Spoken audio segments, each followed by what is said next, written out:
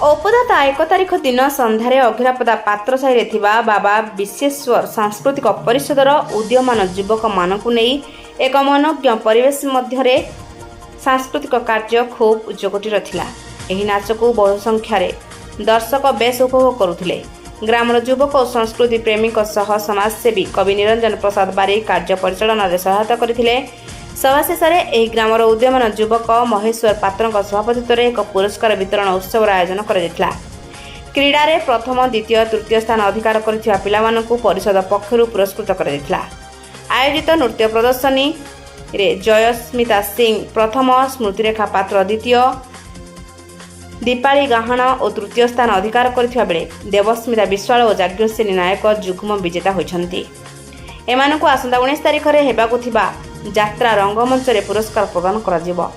ଆମେ ଆଜି ଆସି ପହଞ୍ଚିଥିଲୁ ଏମିତି ଏକ ଗାଁରେ ଯେଉଁ ଗାଁ ସାହିତ୍ୟ ଓ ସଂସ୍କୃତିର ମାଟି, ଯେଉଁ ଗାଁରେ ନାଁ ଅଛି, ଯେଉଁ ଗାଁର ନାଁ କହିଲେ ସମଗ୍ର ବାଲେଶ୍ୱର ଜିଲ୍ଲାରେ ପ୍ରକମ୍ପିତ ହୋଇଉଠେ, ସେଇଭଳି ଏକ ଗାଁ ଔପଦା ବ୍ଲକର ଅଘିରାପଦା ପଞ୍ଚାୟତର ଅଘିରାପଦା ଗାଁରେ।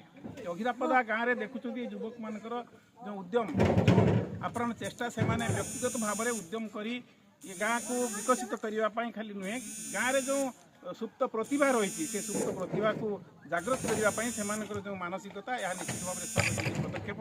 ଆପଣ ଦେଖୁଥିବେ ଯେଉଁ ବନ୍ଧୁମାନେ ଅଛନ୍ତି, ଏମାନେ ସମସ୍ତେ କାର୍ଯ୍ୟ ବ୍ୟସ୍ତ ଥିଲେ ବି ଗାଁକୁ କେମିତି ବିକଶିତ କରିବେ। ମୁଁ ସେଦିନ ଦେଖୁଥିଲି ଏ ମାଟି, ଏ ରାସ୍ତାକୁ ସମତଳ କରିବା, ଏ ପଡ଼ିଆକୁ ସମତଳ କରିବା ଏବଂ ସେମାନେ ଜାଗ୍ରତ କରିବା ପାଇଁ, ପ୍ରତିଭାକୁ ଲୋକଲୋଚନକୁ ଆଣିବା ପାଇଁ ଏଭଳି ଏକ ପ୍ରୟାସ କରୁଛନ୍ତି।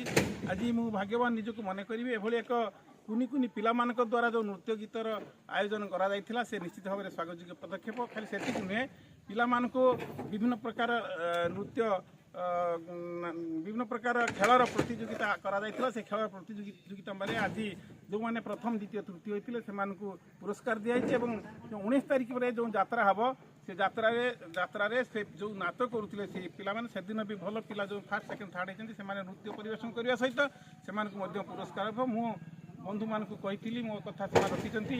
ଆମେ ରୂପାଥାଳିଆ ନ୍ୟୁଜ୍ ତରଫରୁ ଆମେ ସାର୍ଟିଫିକେଟ୍ର ବ୍ୟବସ୍ଥା କରିବି, ଯାହା ମୋ ଦ୍ୱାରା ଯାହା ସକ୍ଷମ ହେବ ଆମେ ତାକୁ ମୁଁ ସହଯୋଗ କରିବି, ସହଯୋଗର ହାତ ବଢ଼େଇବି। ଏଭଳି ଏକ କାର୍ଯ୍ୟକ୍ରମ ନିଶ୍ଚିତ ଭାବରେ ସହଯୋଗ କାର୍ଯ୍ୟକ୍ରମ। ଆମେ ଜଣେ ବନ୍ଧୁ ଅଛନ୍ତି ଯେଉଁମାନଙ୍କର ଉଦ୍ୟମରେ ଆମେ ଦୁଇ ଜଣଙ୍କ ବନ୍ଧୁଙ୍କଠୁ ଦୁଇ ପଦ କଥା ଶୁଣିବା। ଭାଇ, ଆପଣଙ୍କୁ ପରିଚୟ ଦେବେ? ମୋ ନାଁ ମହେଶ୍ୱର ପାତ୍ର, ମୁଁ ଗ୍ରାମର ବାସିନ୍ଦା। ଆପଣଙ୍କର ଏମିତି କାହିଁକି ଏକ ମନ ବଳିଲା ପିଲାମାନଙ୍କୁ ନାଚ କରିବା, ପିଲାମାନଙ୍କ ଦ୍ୱାରା ଖେଳ କରିବା, ଏ ମାନସିକତା କାହିଁକି ବଢ଼ିଲା? ସମାଜକୁ ଲକ୍ଷ୍ୟ କରି ଆଗାମୀ ଭବିଷ୍ୟତ ପାଇଁ ପ୍ରତ୍ୟେକ ଗାଁରେ କିଛି ଅଲଗା ଅଲଗା କରିଚାଲିଛନ୍ତି। ତେଣୁ ଆମେ ବି ଚେଷ୍ଟା କଲୁ, ଆମ ଗାଁର ପ୍ରତିଭା, ବହୁତ ଭରପୁର ପ୍ରତିଭା ଅଛନ୍ତି, ସେମାନଙ୍କୁ ଗୋଟେ ଇନକରେଜ୍ ଦରକାର। ସେଇ ତାଙ୍କୁ ଗୋଟେ ଉତ୍ସାହିତ କରିବା ପାଇଁ ଏଇଟା ଆମର ସବୁଠୁ ବଡ଼ ପ୍ରୟାସ। ଏଥିପାଇଁ ଆମେ ଏ ପ୍ରକାର ଚେଷ୍ଟା ଚାଲିଛି ଆମର। ଧନ୍ୟବାଦ ମହେଶ ଭାଇ। ଆପଣ ଦେଖୁଥିଲେ ମହେଶ ଭାଇ ଜଣେ ସମାଜସେବୀ, ଭଲ ବ୍ୟବସାୟ କରନ୍ତି ବାହାରେ, କିନ୍ତୁ ଏବେ ଗାଁକୁ ଆସିଲା ପରେ ତାଙ୍କର ଯେଉଁ ମାନସିକତା ଅଛି, ଗାଁ ସହିତ ପ୍ରତ୍ୟେକ ଯୁବକଙ୍କୁ ଏକତ୍ରିତ କରିବା ଏବଂ ଗାଁର ଯୁବକମାନଙ୍କୁ ନେଇ ଏକ ସୁନ୍ଦର କାର୍ଯ୍ୟକ୍ରମ କରିବା, ଏକ ସୁନ୍ଦର କଥା ସେ କହୁଥିଲେ।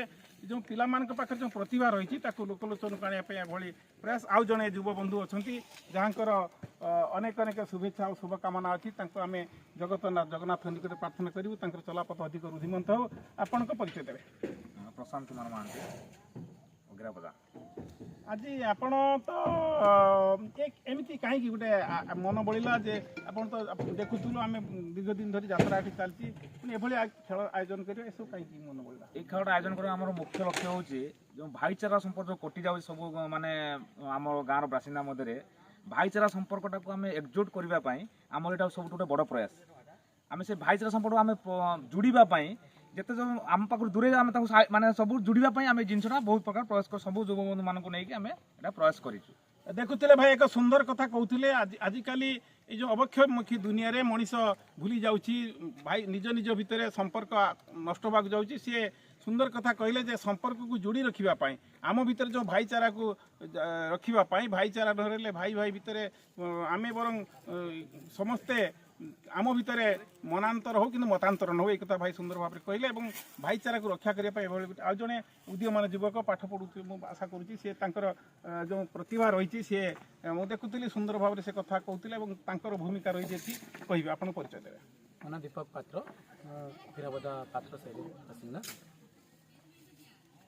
ଏସବୁ ଖେଳ ଯେଉଁ ହେଲା କେମିତି ତୁମକୁ ଲାଗୁଛି କ'ଣ ତୁମେ ଭାବୁଛ ଏଥିରେ କ'ଣ ତୁମେ ନାଇଁ ଖେଳ ଭଲ ହେଇଛି ମୋ ପିଲା ଯୋଉଟାକି କରିପାରୁନଥିଲେ ଅଲଗାରେ ପାର୍ଟିସିପେଟ୍ କରିପାରୁନାହାନ୍ତି ଏଠି ଆମେ ତାକୁ ସୁଯୋଗ ଦେଲୁ ସେଇଟା ସେ କରନ୍ତୁ ଖେଳନ୍ତୁ ଆଉ ନିଜ ପରିବାରକୁ ସେ ସେତିକିରେ ଦେଖାନ୍ତୁ ହଁ ମୁଁ କିଛି କରିପାରୁଛି ଆମର ଏଇଟା ଛୋଟ ପ୍ରୟାସ ତାଙ୍କୁ ଆମେ ବହୁତ ବଡ଼ ଜାଗାରେ ଦେଖିବାକୁ ଚାହୁଁଛୁ ଯୋଉଟାକି ଆମେ ଛୋଟ ଛୋଟ ଗେମ୍ କରି ସେମାନଙ୍କୁ ଉତ୍ସାହ କରୁଛୁ ସେମାନେ ଖେଳନ୍ତୁ ଖେଳିକି ଆଗକୁ ଯାଆନ୍ତୁ ସେତିକି ଭାଇ ବଢ଼ିଆ କଥା କହିଲେ ଫୁଟିଲା ଫୁଲ କି ଫୁଟେ ଆଉ ଥରେ ଫୁଟେ ସିନା ଫୁଲ କଢ଼ି ଯେ ଏମାନେ ପିଲାମାନଙ୍କ ଭିତରେ ଯେଉଁ ପ୍ରତିଭା ରହିଛି ପିଲାମାନଙ୍କ ଭିତରେ ଯେଉଁ ମାନସିକତା ରହିଛି ତାକୁ ଜାଗ୍ରତ କରିବା ଏବଂ ପିଲାମାନଙ୍କ ପ୍ରତିଭାକୁ ଲୋକଲୋଚନକୁ ଆଣିବା ପାଇଁ ଏ ସୁନ୍ଦର ପ୍ରୟାସ ଆମେ ତାଙ୍କୁ ସାଧୁବାଦ ଜଣାଇବୁ ତାଙ୍କର ଏ ପ୍ରୟାସକୁ ଅନେକ ଅନେକ ଶୁଭେଚ୍ଛା ଶୁଭକାମନା ପୁଣି ଆପଣମାନଙ୍କର ସମସ୍ତଙ୍କର ଚଲାପଥ ବୃଦ୍ଧିମନ୍ତ ହେଉ ଆଗକୁ ବଢ଼ନ୍ତୁ ଏ ଗାଁର ବିକାଶ ପାଇଁ ଆପଣ ବହୁତ କଥା କରନ୍ତୁ କାମ କଲେ କିଛି ବାଧା ଆସେ ସେଟା ରହିବା ସ୍ୱାଭାବିକ କିନ୍ତୁ ଆପଣମାନଙ୍କ ଭିତରେ ସେ ପ୍ରକାର ବାଧା ନାହିଁ ଆପଣଙ୍କ ଯେଉଁ ସଂହତି ଅଛି ଆପଣଙ୍କ ଯେଉଁ ଏକତା ଅଛି ଏହା ନିଶ୍ଚିତ ଭାବରେ ସହଯୋଗୀ ପଦକ୍ଷେପ ଧନ୍ୟବାଦ ପୁଣି ଥରେ ଆମେ ଜଗନ୍ନାଥଙ୍କ ନିକଟରେ ପ୍ରାର୍ଥନା କରୁଛୁ